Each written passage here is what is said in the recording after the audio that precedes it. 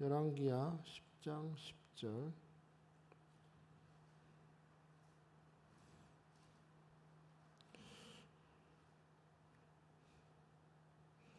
제가 가는 성경으로 578페이지, 구약성경 578페이지 10장 10절 한 절만 보겠습니다.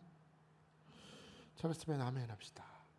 다 같이 합독합니다. 시작. 그런즉 이제 너희는 알라 곧 여호와께서 아합의 집에 대하여 하신 말씀은 하나도 땅에 떨어지지 아니하리라. 여호와께서 그의 종 엘리야를 통하여 하신 말씀을 이제 이루셨도다 하니라. 아멘. 앉아주십시오. 감사합니다.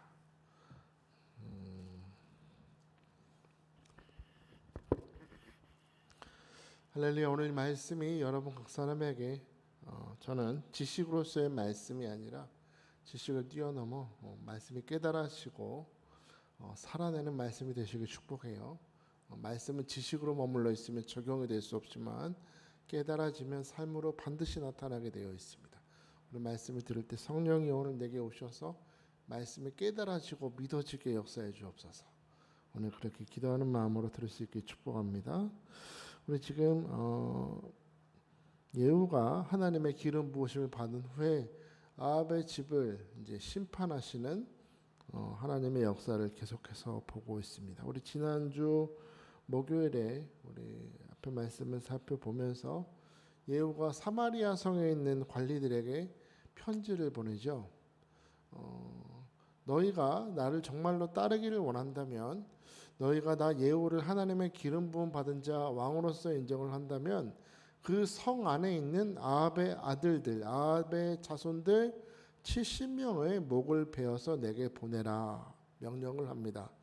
그리고 우리는 지난 시간에 살펴봤던 것처럼 아합의 자손들 70명의 목을 즉시 베어서 광주리에 담아 이스라엘에 있는 예후에게 보냈다라는 구절로 우리는 지난 시간에 살펴봤었죠. 이 예후를 향해서 70명의 아합의 자손들의 머리가 광주리에 담겨서 간 이후에 예후는 그 광주리에 담긴 그 왕자들, 아합의 자손들입니다. 이걸 그냥 사건 자체를 보면 굉장히 잔인한 것이지만 우상 숭배를 심판하시는 하나님의 역사가 나타난 것입니다. 그 왕자들의 머리를 이스라엘 성문에 쌓아두고 성경에 나와 있지 않지만 제가 아마 상상을 해봤어요. 예후는 아마 그 왕자들의 머리 앞에서 백성들에게 서서 이렇게 외쳤을 것 같아요. 백성들이여, 나 예후는 요람 왕을 죽였다. 유다 왕도 내 손에 죽었고 여기 아합 왕의 아들들의 목을 보아라. 너희들의 눈에 보기에 나는 왕을 죽인 배신자로 볼지 모르고 살인자로 보이겠지만 잊지 말라. 이 모든 일은 오래전 엘리야 선지자를 통해서 주신 하나님의 말씀이 이루어 주신 것이지 내가 사람을 임의로 죽인 것이 아니야. 하나님 말씀이 이루어진 것이다. 맞습니다. 물론 겉으로 보면 분명 하나님께서 예후에게 기름을 부으시고 예후를 통하여서 온 북이스라엘의 우상을 섬기게 만들었던 악한 영적 영향을 끼치던 아합 왕의 집안을 심판하신 것이 사실입니다. 자, 그러면 이 모든 일을 했던 예후를 향한 하나님의 평가는 어떨까요? 하나님. 사람의 평가 말고 예후 스스로가 자기를 말하는 것 말고 하나님이 어떻게 평가하시는지 우리 10장 30절을 한번 봅시다. 열왕기하 10장 30절 31절입니다. 579페이지 30절 31절 시작. 여호와께서 예후에게 이르시되 내가 나보기에 정직한 일을 행하여되 잘 행하여 내 마음에 있는 대로 아합의 집에 다 행하였은즉 내 자손이 이스라엘 왕위를 이어 4대를 지내리라 하시니라. 그러나 예후가 전심으로 이스라엘 하나님 여호와의 율법을 지켜 행하지 아니하며 여로보암이 이스라엘에게 범하게 한 그 죄에서 떠나지 아니하였더라. 아멘. 자, 우리가 지금까지 예후가 했던 모든 일들은 하나님의 섭리와 간섭하신 가운데 이루어짐을 봅니다. 그런데 30절과 31절을 보면 꼭 그게 전부는 아닌 것 같습니다. 하나님이 예후가 한 일에 대해서 어떻게 평가하세요? 30절을 보니까 그래 너가 나 여호와 눈 앞에서 정직한 일을 잘 행했구나 칭찬은 해주세요. 분명히 잘했긴 했죠. 오랫동안 우상을 섬기던 그 뿌리를 뽑아내는 일을 했기 때문에 잘한 건 잘한 건데, 자, 여러분 하나님께서 31절에서 예후를 평가하실 때 책망하시는데 뭐라고 책망하시냐면 나 여호와는 겉모습이 아니라 어떤 나타난 일에 대한 결과가 아니라 중심을 살피는 여호와이기 때문에 나는 너의 중심을 본다 하는 겁니다. 이 예후라는 사람의 중심을 보시니 하나님 보시기에 예후는 전심으로 여호와를 따르지 않았다고 평가하는 겁니다. 일의 결과가 아니에요. 어떤 일이 이루었는지는 하나님은 지금 관심이 없어요. 이 예후가 마음의 중심에 전심으로 그 마음의 전부로 하나님 말씀을 지켜 행했느냐? 아니다라는 겁니다. 여기서 우리는 하나님께서 사람을 평가하시는 한 가지 특징을 보는데 하나님은 결과가 좋다고 다 좋게 평가하시는 분이 아니다라는 거죠. 결과가 좋다고. 하나님은 나 여호와는 중심을 살핀다 말씀하신 것처럼 우리 삶의 중심, 우리 삶의 모든 과정을 주의 깊게 살피시고 평가하시는 분이다라는 겁니다. 사실 우리가 예후가 했던 일들을 보면은 어떤 부분은 하나님의 이름을 말하고 있지만 어떤 부분은 자기 손에 피 하나 안 묻히고 편지 보내고 사람을 시켜서 살인하는 굉장히 주도 면밀하고 무서운 사람이에요. 자기 권력을 차지하기 위해서 하나님의 이름을 말하면서도 자기 이권을 철저히 챙기는 사람이었어요. 전심으로 하나님을 섬기기보다는 어느 부분은 하나님을 섬기면서도 어느 부분은 자기 권력을 채우려는 욕심이 있었다. 하나님은 그걸 꿰뚫어 보고 계셨다는 겁니다. 하나님은 오늘 여러분이 이 자리에서 예배를 드린 거 기쁘게 바라보십니다. 축복하십니다. 그러나 하나님이 주목하시는 것은 예배자를 떠나서 여러분의 삶의 과정을 보신다는 겁니다. 하나님 앞에서 어떻게 살았느냐. 예배 드릴 때 모습이 아니라 너가 삶으로 하나님을 전심으로 사랑하며 살았는지를 평가하신다는 거예요. 지난주에 제가 애들을 데리고 평창에 잠시 짧게 휴가를 다녀왔습니다. 제 나름대로 준비를 잘 해서 간다고 예약도 다 하고 수영장 예약도 하고 치킨도 사주고 맛있는 음식 맛집 돌아다니면서 먹일 것도 먹이고 넓은 숙소에서 재우면서 평소에 아빠 노릇을 제대로 못하기 때문에 이번에 간 김에 아이들에게 최선을 다하자. 아빠로서 최선을 다하자는 생각으로 열심히 했어요. 일부러 차도 계속 태우고 돌아다니면서 맛집도 돌아다니고요. 그 중간에 저 용평인가 데려가가지고 그 재밌는 놀이기구도 태워가지고 정말 힘들었거든. 땀이 삐질삐질 나는데 이게 애가 셋이 있어 보니까 제가 쉬는 게 아니고 애들이 쉬는 거지 부모는 죽는 것 같더라고요. 진짜로. 제 나름대로 열심히 놀아줬거든요. 그런데 여행을 다녀오고 우연히 우리 예빈이 책상에 있던 일기장을 우연히 읽었습니다. 제가 못 보지 말라는 거 본 거 아니에요. 보라 그래서 봤어요. 우연히 읽었는데 휴가 갔을 때 예빈이의 평가가 거기 써 있었습니다. 워터파크에서 수영하면서 즐겁게 놀았다. 맛있는 것도 많이 먹었다. 하는데 일기 마지막에 제가 써 있는 거 그대로 읽어드릴게요. 일기 마지막에 가족끼리 방 정하고 에어컨은 우리한테는 안 틀고 아빠 방에만 틀고 잔다. 너무 힘들다.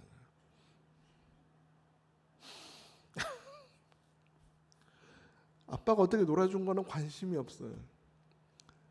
그게 제가 안 틀어준 게 아니고 애들이 감기 걸릴까 봐 에어컨이 워낙에 세더라고요. 그래서 감기 걸릴까 봐 잠깐 틀었다 끄고 저는 열이 많아서 틀고 잔 건데 애 입장에서는 아빠가 너무 이기적이라는 거죠.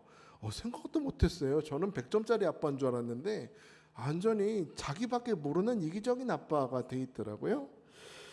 자, 하나님도 우리 가끔 그렇게 바라보시지 않을까요? 내 딴에는 열심히 했는데 하나님이 우리를 여러분을 평가하신다고 했을 때 여러분 어떻게 평가하실 것 같으세요? 나는 100점이라고 했는데 과연 하나님 눈에 보기에 100점일까요?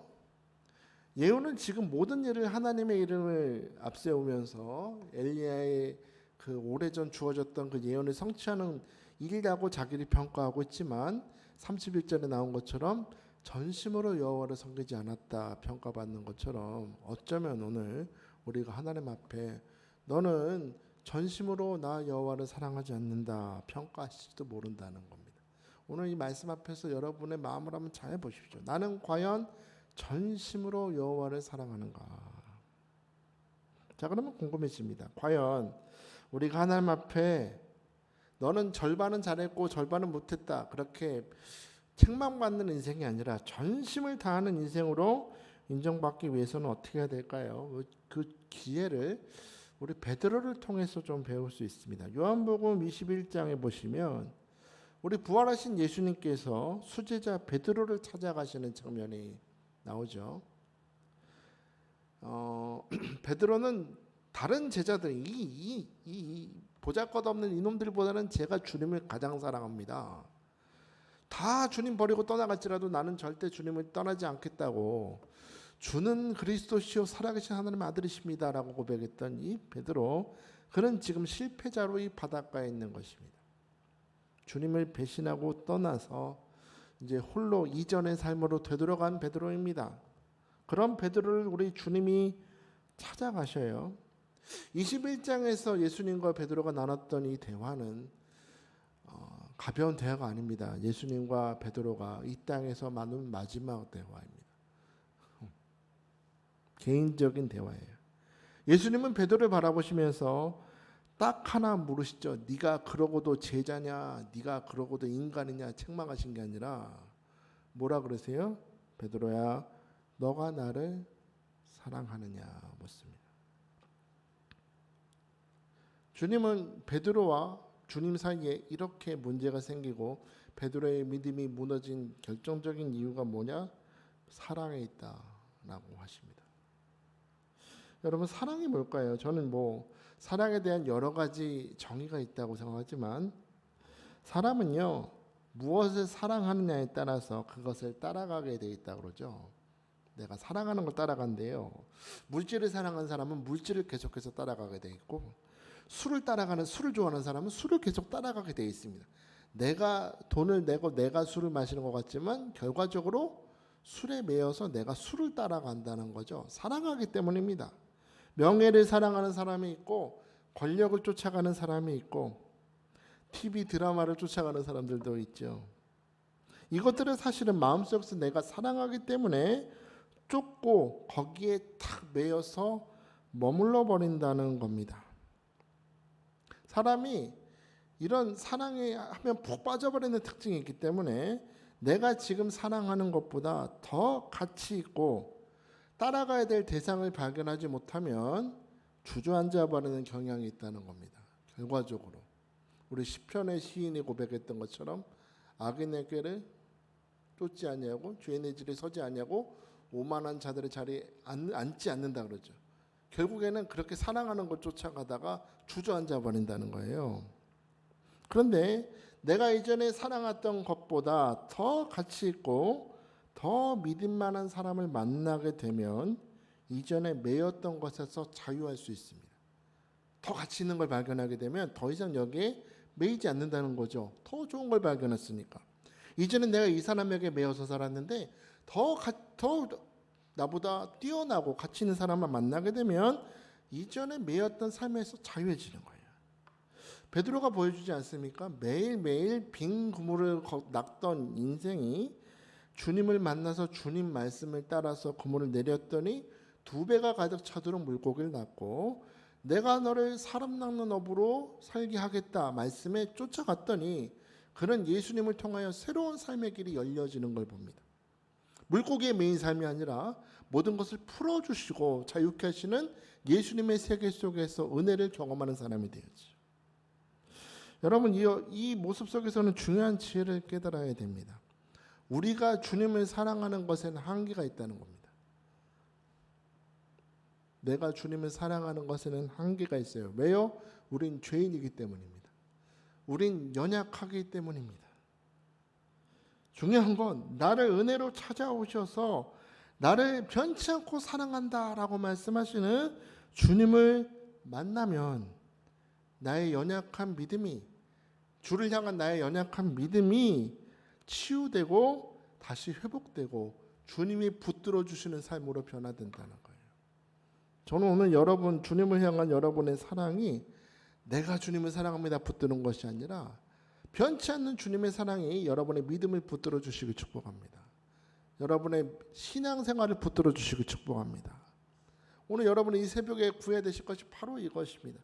나는 문제가 생길 때마다, 어려울 때마다, 질병이 있을 때마다, 여러 가지 갈림길 앞에 있을 때마다, 여리고성과 같은 큰 문제를 만날 때마다 주님을 향한 나의 믿음이, 사랑이 무너져 버리지만 주님, 나의 이 연약한 믿음을 주님의 은혜가 나를 붙들어 주시기를 원합니다.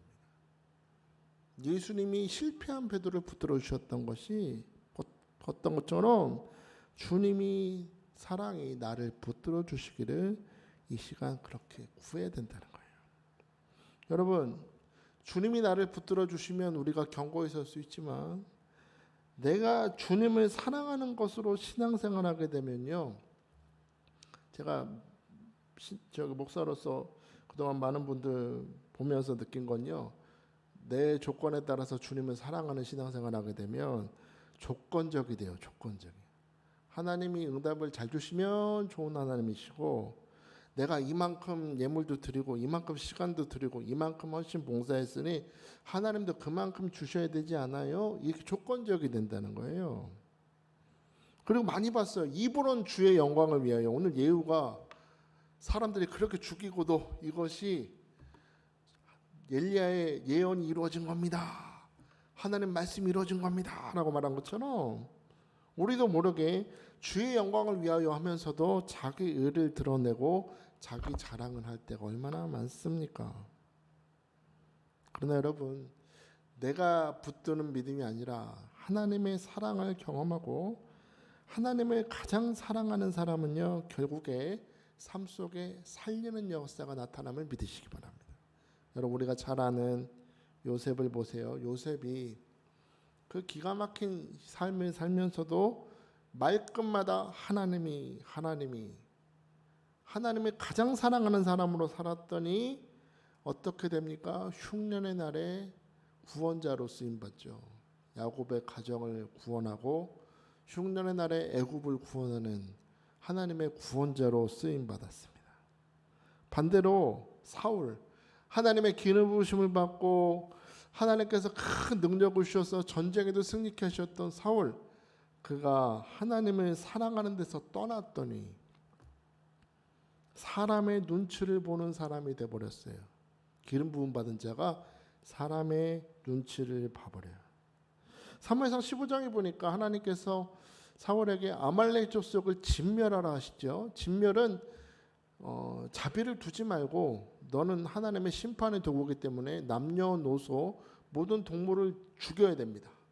그런데 진멸하라는 명령을 거절하고 왕을 살리고 살찐 소를 핑계를 대서 하나님께 좋은 것 제사 드리려고 살렸어요. 우리 한번 좀 찾아볼게요. 사무엘상 15장을 볼까요? 새벽이니까 우리 성경 좀 볼게요. 사무엘상 15장 24절 24절에서 27절을 봅시다. 24절에서 27절. 자, 시작.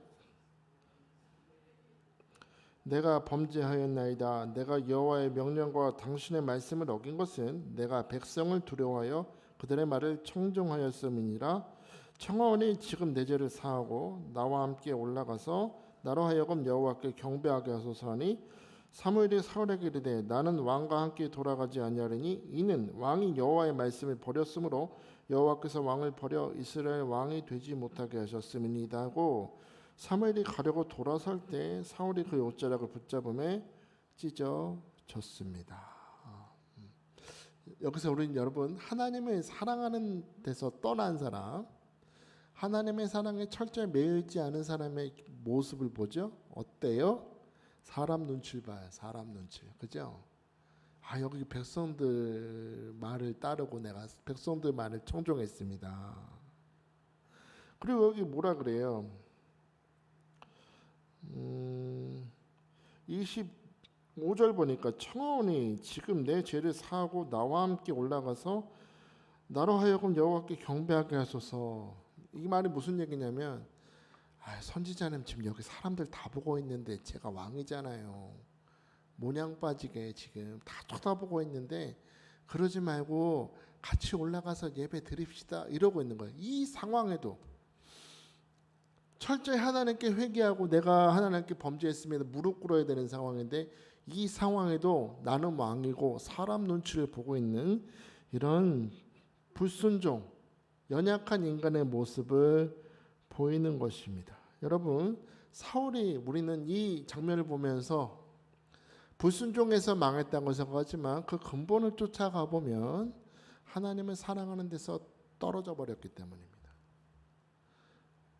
연약하지만 하나님을 가장 사랑하면 영원토록 흔들리지 않는 견고한 굳건한 하나님의 사랑이 그를 붙들어 주셨을 텐데, 하나님을 사랑하는 데서 떨어져 버리니까 사람 눈치를 보고 세상 바라보다가 결국에 실패해 버렸다라는 걸 보여주는 겁니다. 여러분, 사랑이 이렇게 중요합니다. 여러분의 하나님을 사랑합니다가 아니라 하나님의 사랑이 나를 붙들어 주셔야 여러분의 인생이 흔들리지 않는 것입니다. 베드로에게 너가 나를 사랑하느냐 물으셨던 예수님이 세 번째로 베드로에게 물으십니다. 요한복음 21장 17절 보니까 세 번째 이르시되 요한의 아들 시몬아 너가 나를 사랑하느냐 하시니, 주께서 세 번째 내가 나를 사랑하느냐 하심으로 베드로가 근심하여 이르되 주님 모든 것을 아시오매 내가 주님을 사랑하는 줄 주님께서 아시나이다.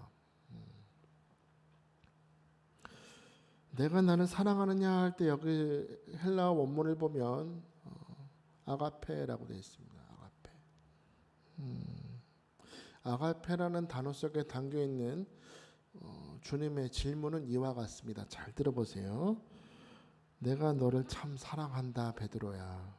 그런데 너가 나의 사랑을 느끼지 못하고 믿어지지 못할 상황 가운데서도 내가 너를 변치 않고 사랑하고 있음을 믿느냐 묻는 겁니다. 우리 그럴 때 경험하지 않나요? 하나님이 살아계시면 어떻게 나를 이런 상황에 그냥 내버려 두실 수 있을까? 하나님이 과연 살아계실까? 마치 나를 버리신 것 같은 상황에서도 내가 너를 사랑하고 있음을 너는 믿느냐 묻고 있는 거예요. 여러분 믿으십니까? 하나님이 살아계시면 어떻게 이런 질병을 주십니까? 하나님이 살아계신데 어떤 이런 문제를 나에게 겪게 하십니까?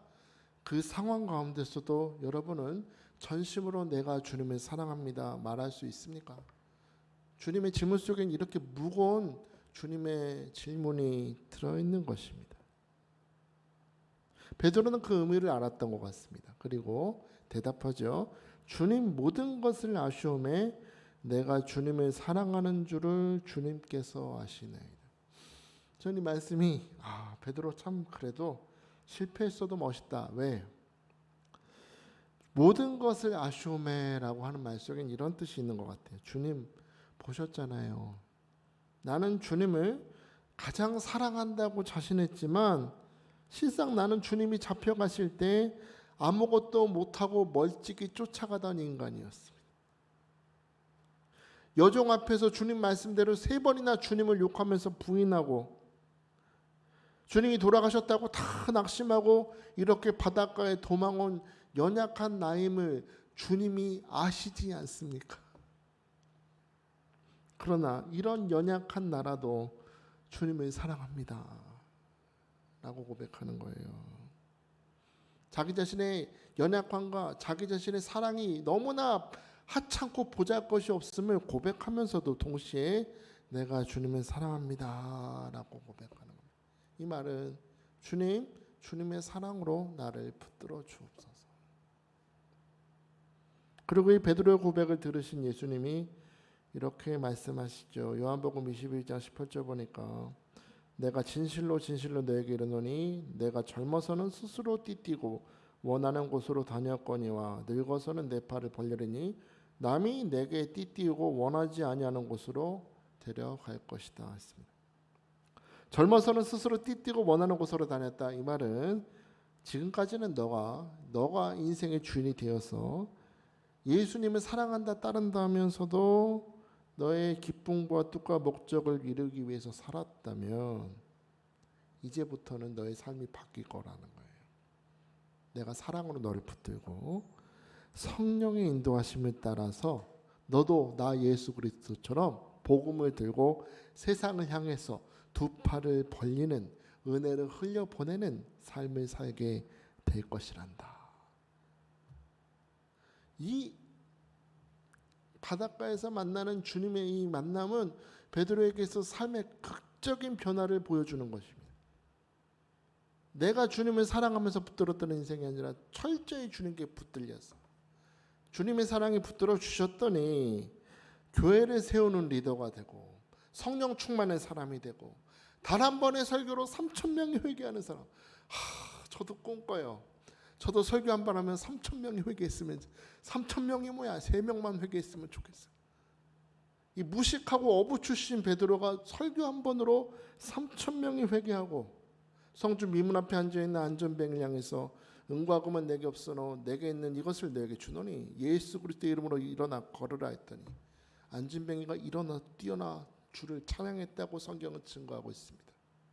철저히 주님께 붙들렸더니 기적이 그의 삶에 나타나는 것입니다.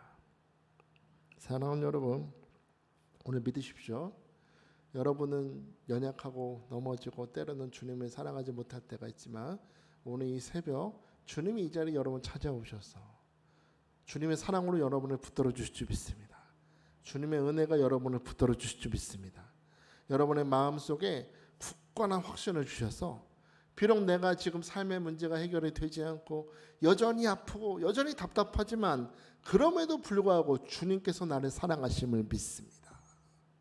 오늘 이 마음의 확신이 여러분 가득하시길 축복합니다. 비록 내가 지금 원하지 않는 곳으로 나를 인도한다 할지라도 나를 사랑하시는 주님이 인도하시는 길이라면 그 끝에 반드시 축복이 있을 줄 믿습니다. 그런 얘기 있잖아요. 어느 날 예수님이 제자들을 데리고 얘들아 헬몬산에 좀 올라가자. 근데 올라갈 때 그냥 가지 말고 돌 하나씩 들고 올라가 그랬다는 거예요. 아니 산에 올라가면 그냥 옷도 가볍게 입고 가면 좋은데 주님 무슨 돌이에요. 아니야 돌 하나씩 들고 올라가라. 그러니까 이제 가룟 유다 같이 꾀부리는 제자들은 조약돌 몇 개 주워다 가지고 올라가는 거예요. 근데 베드로는 뭐든지 앞서가야 되잖아요. 커다란 돌을 들고 땀을 뻘뻘 흘리면서 올라갔대요. 꼭대기 다 올라갔다는 주님, 그래 고생 많았다. 이제 돌을 내려놔라. 그랬더니 힘들어 죽는 줄 알았어요. 주님. 그랬더니 주님께서 그 돌들 향해서 축복 기도를 탁 하시니까 그 돌이 떡으로 변하더라고요. 가룟 유다는 조그만 떡밖에 못 먹었지만 큰 돌을 가지고 올라온 베드로는 큰 떡을 먹었다고. 오늘 어찌 보면 여러분의 믿음 생활에 그렇게 돌 들고 올라가는 힘든 일일지 모르지만 믿으십시오. 결국에 축복이 있습니다.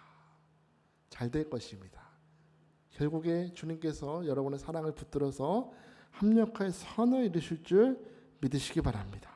그러면 오늘 새벽 기도하실 때 하나님 오늘 말씀을 듣고 보니까 예후가 결국에 전심으로 주님을 따르지 않았음을 보네요. 내 힘으로는 전심으로 주님을 사랑할 수 없으니 오늘 나를 찾아오셔서 나를 사랑으로 붙들어 주시고 은혜를 채워주셔서 내 인생 매일매일이 주님의 사랑에 붙들려 결국에 전심으로 하나님께 순종했다고 평가받는 인생이 될 수 있도록 이 새벽 나를 붙들어 주옵소서. 오늘 그렇게 기도하고 그렇게 살아가는 우리 임마누엘 교회 성도 다 되시길 축복합니다. 자, 이 시간에 우리 함께 기도합시다.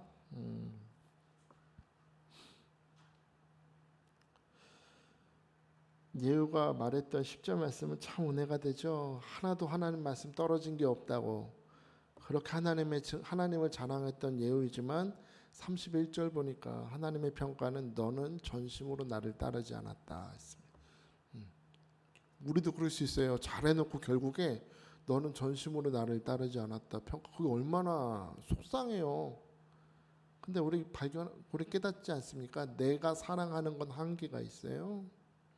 오늘 이 새벽 기도하실 때 주여 당신의 사랑으로 나를 붙들어 주셔서 실패하는 인생이 아니라 전심으로 여호와를 사랑하며 하나님의 은혜의 세계 속에서 하나님의 축복을 맛보고 경험하는 인생으로 살아가게 붙들어 주옵소서.